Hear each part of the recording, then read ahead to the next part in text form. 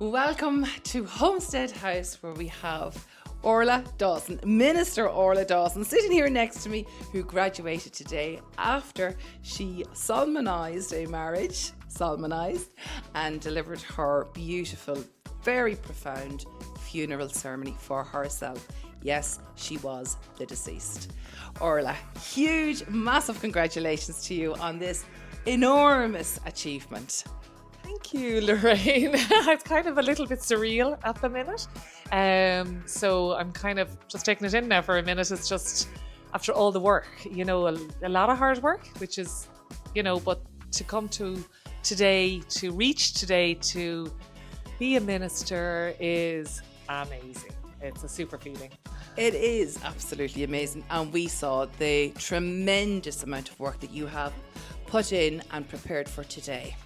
Yeah, there's a lot of work involved in it, but it all makes sense. Okay, so it may seem a little bit kind of labor intensive. Sometimes you're kind of going, really? But actually, it all makes sense. So it's well worth it. Well worth it. It's the way to do it, and there's a reason for the process. And the process works. So follow the process and you'll become a minister.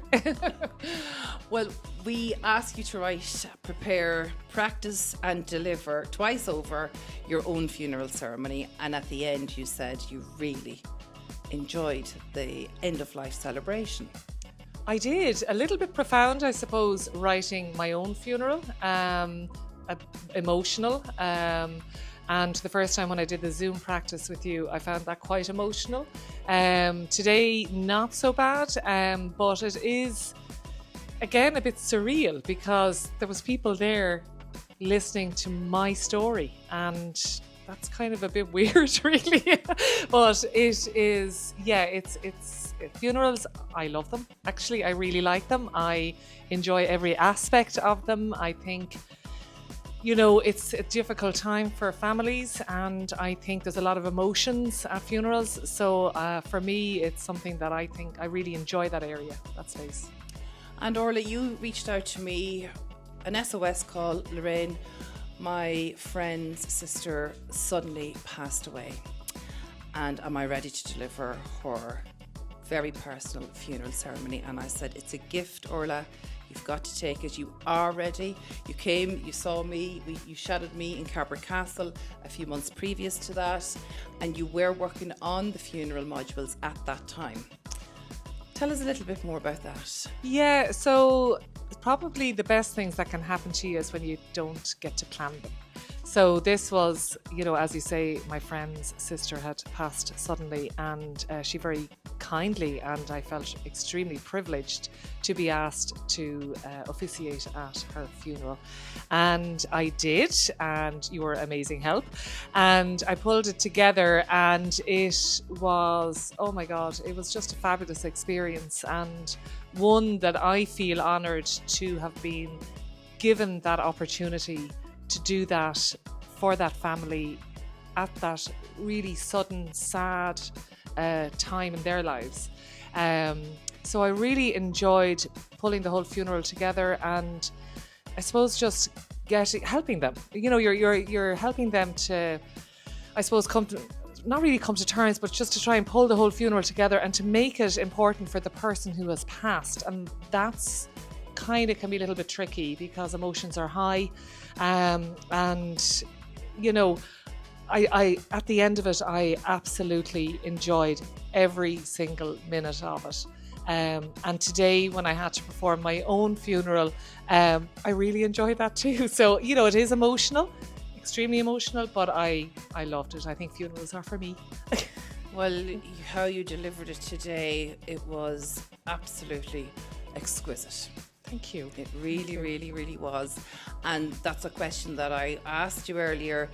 The actual delivery of a real life funeral ceremony that you delivered, a celebration of that girl's life, that did it help you, that experience coming here today for your own challenging funeral ceremony? Oh, absolutely. It was great, really, for me. I was very lucky to have had that experience.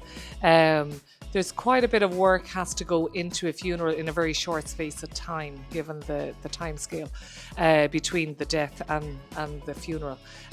So you have to act quickly, be compassionate, be empathetic, be considerate of all elements of what's going on in the deceased person's family, and the circumstances of that person's death plays a role in how really readings are done, how the whole ceremony happens. So you have to be very mindful of that, and having had that experience in the funeral directors and in the crematorium was really a privilege for me to actually experience that, and it absolutely helped me today. It was great to be honest with you. A real life situation, it really does help, especially before you come here. Yeah. And you have a vow renewal. I do. A wonderful friend of mine, he and his husband are married 10 years in September. So he has very kindly asked me, would I do the vow renewal for their 10-year marriage, which I'm going to do in September. Yeah. Fantastic. Yeah. And is that based in Waterford? No, in Gorey. In Gorey, in County Wexford. Wexford. Fabulous. Yeah. So you're based in Waterford. I am based in Waterford, but I will go anywhere. I can travel. I'm based in Waterford. I am available now to officiate at weddings, funerals, and vow renewals and baby naming. You name it, I'm your person. That is fantastic. Orla, from all of the team here at Future Faith, thank you so much for bringing your fantastic talents here today to Homestead House. We thoroughly enjoyed watching you graduate and on with your path now to ministry. It is about to all begin and unfold, and an exciting time ahead. Thank you, Lorraine. And can I just say thank you to yourself, Keith, Connor, Mick, the star performer of the day. It's been an amazing experience. It's been challenging along the way, and so it should be. And I've really, really enjoyed it. And I found today, and your time and your patience from both of you, actually, and the lovely Karen who came along today to support me, my new best friend in this world, for everything today. It has meant a lot because you've given so much of your time to me today, and I really appreciate it. And now I can officially do your wedding. Yay! Thank you. Minister Orla Dawson, thank you once more, and we really look forward to watching you in the future. Thank you. And thank you for having the faith in Future Faith, Orla. Thank you, Lorraine.